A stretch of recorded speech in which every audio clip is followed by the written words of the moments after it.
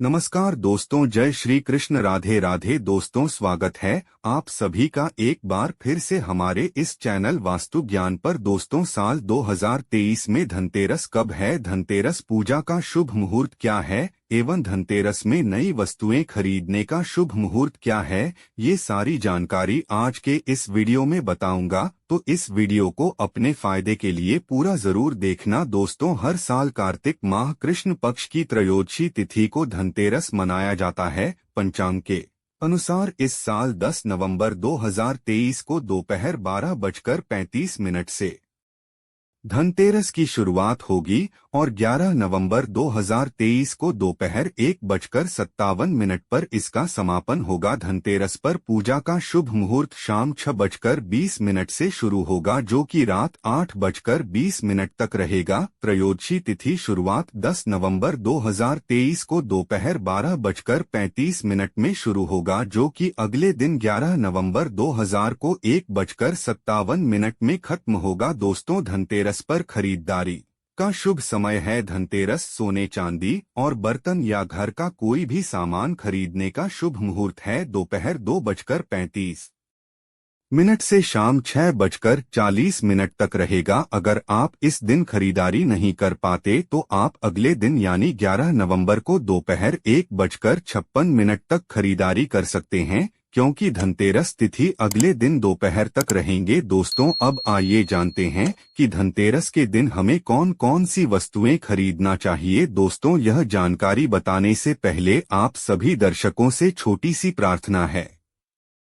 अभी तक इस वीडियो को लाइक नहीं किए हैं तो लाइक कर चैनल को सब्सक्राइब जरूर करना। दोस्तों, 5 दिनों तक चलने वाले दीपावली के महापर्व में धनतेरस का त्योहार सबसे पहले दिन मनाया जाता है और हिंदू पौराणिक मान्यता के अनुसार धनतेरस की तिथि पर भगवान धन्वंतरी का जन्म हुआ था। भगवान धन्वंतरी को आयुर्वेद और अच्छी सेहत के देवता के रूप में पूजा जाता है। दिवाली पर धनतेरस के दिन भगवान धन्वंतरी की पूजा करने से जीवन में सुख, समृद्धि, ऐश्वर्य और अच्छी सेहत का आशीर्वाद हासिल होता है। साथ ही इस दिन खरीदारी करना भी बहुत शुभ समझा जाता है। धनतेरस के दिन हर तरह के शुभ कार्य शुरुआत किए जा सकते हैं। इस दिन विशेष रूप से सोना और चांदी के आभूषण, नए बर्तन आदि खरीदे जाते हैं। धनतेरस के दिन इस तरह के विशेष चीजें खरीदने पर मां लक्ष्मी जी का आशीर्वाद मिलता है। ऐसी मान्यता है कि धनतेरस के दिन हम जिस भी वस्तु की खरीदारी करके लाते हैं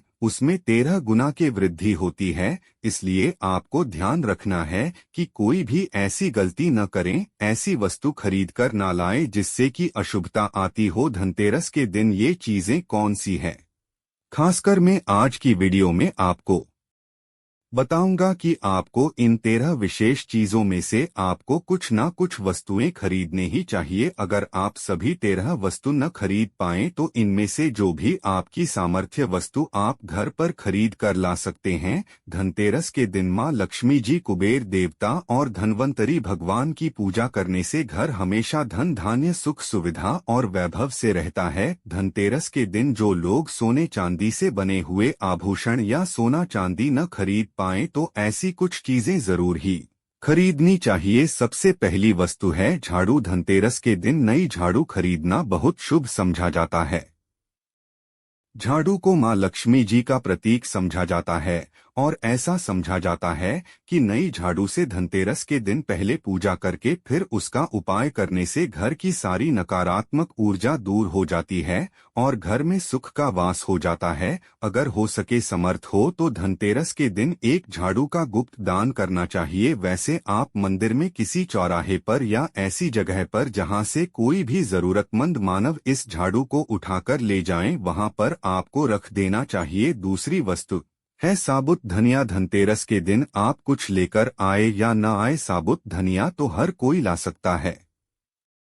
साबुत धनिया लाकर दिवाली के दिन उसे पूजा करने के बाद अपने ही घर में क्यारी में गमले में डालना चाहिए। और ऐसा कहा जाता है कि घर में आपके जो भी धन है, जो भी आए हैं, उसमें बरकत होने लगती है। अगर आए दिन अनावश्यक रूप से खर्चे होते हो तो उसमें भी रोक लग जाती है। इस दिन नमक भी खरीद कर लानी चाहिए। नमक अगर आप डेल्ही वाला लाते हैं तो और भी शुभ है, परंतु आजकल डेल्ही वाला नमक मिलना हर जगह पॉसिबल नहीं होता है। तो आप जो भी नमक आपको मिल पाता हो वह नमक आप इस दिन घर पर लेकर आए। धनतेरस से लेकर दीपावली के अगले दिन गोवर्धन और भाई दूज तक आप इसी नमक का उपाय करें और इन 5 तक लगातार आपको नमक का पूछा भी घर में लगाना चाहिए। ऐसा करने से दरिद्रता दूर हो जाती है और घर से नकारात्मक ऊर्जा भी दूर हो जाती है। चौथी वस्तु जो आपको घर पर लानी चाहिए वह है गोमती चक्र। कहते हैं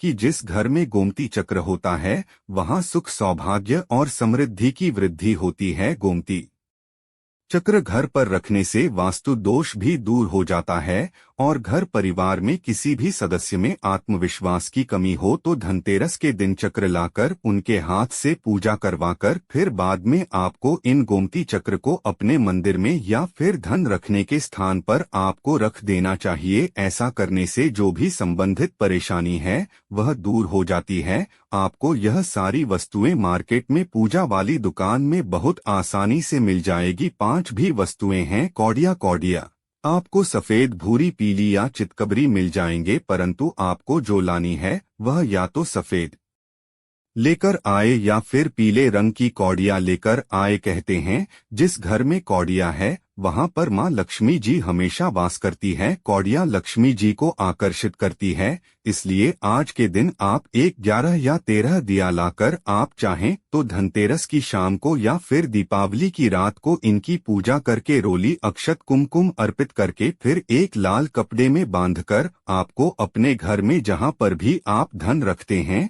वहां रख देना चाहिए। हर साल आप इन्हीं पुराणिक और दियों की पूजा कर सकते हैं। हर साल आपको कौड़िया खरीदने की आवश्यकता नहीं है। अगर आप नहीं कौड़िया देना ही चाहते हैं तो पुरानी कौड़ियों को अब जल में प्रवाहित कर दें। छठी वस्तु है श्रीयंत्र। श्रीयंत्र खरीदते समय देख लीजिएगा कि उस पर सभी चिन्हट, सभी जो भी निशान होते हैं वह अच्छे से अंकित होना चाहिए। श्रीयंत्र जिस घर में होता है, नियमित रूप से श्रीयंत्र की पूजा घर में होती है, वहां पर भी कभी धन का अभाव नहीं रहता। इस यंत्र की उत्पत्ति को लेकर धार्मिक पुराण में उल्लेख मिलता है कि एक बार महालक्ष्मी जी प्रसन्न होकर पृथ्वी से बैकुंठ लोक चली गई। माता के हो जाने से धरती पर समस्याएं प्रकट होगा। ब्राह्मण और महाजन बिना लक्ष्मी जी के निधन हो गए। तब ब्राह्मणों में श्रेष्ठ वशिष्ठ मुनि ने निश्चय किया कि मैं लक्ष्मी जी को प्रसन्न कर पृथ्वी पर वापस ले आऊंगा। जब मुनि वशिष्ठ बैकुंठ में जाकर मां लक्ष्मी जी से मिले तो उन्हें पता चला कि मां लक्ष्मी जी तो अप्रसन्न है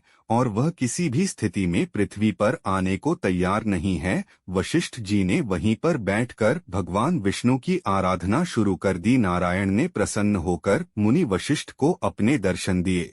वशिष्ठ जी श्री हरि विष्णु से कहा कि हम पृथ्वी पर बिना लक्ष्मी जी के बहुत दुखी, हमारे सारे आश्रम जल गए, धरती पर वैभव खत्म होने वाला है। यह सुनकर भगवान विष्णु वशिष्ठ मुनि को साथ लेकर महालक्ष्मी जी के पास गए और उन्हें मनाने की कोशिश की, परंतु फिर भी मां लक्ष्मी जी नहीं माने। तब उन्होंने कहा कि मैं किसी भी स्थिति में पृथ्वी पर वापस जाने को तैयार ही नहीं है। जब चारों दिशाओं में मां लक्ष्मी जी के पृथ्वी पर वापस न आने की बात फैल गए तब देवताओं के गुरु बृहस्पति जी ने एक युक्ति सुझाई। उन्होंने कहा कि अब श्रीयंत्र साधना ही एकमात्र उपाय बचा है जिससे मां लक्ष्मी जी को धरती पर आना ही पड़ेगा। गुरु बृहस्पति जी के निर्देशों से श्री हरि ने धातु पर श्रीयंत्र का निर्माण किया और उसे मंत्र सिद्ध प्राण प्रतिष्ठा युक्त करते हुए दीपावली के दिन पूर्व धन त्रयोदशी को श्रीयंत्र पर स्थापित करके विधि विधान से उसका पूजन किया। पूजन खत्म होते होते माता लक्ष्मी जी को वहां आना ही था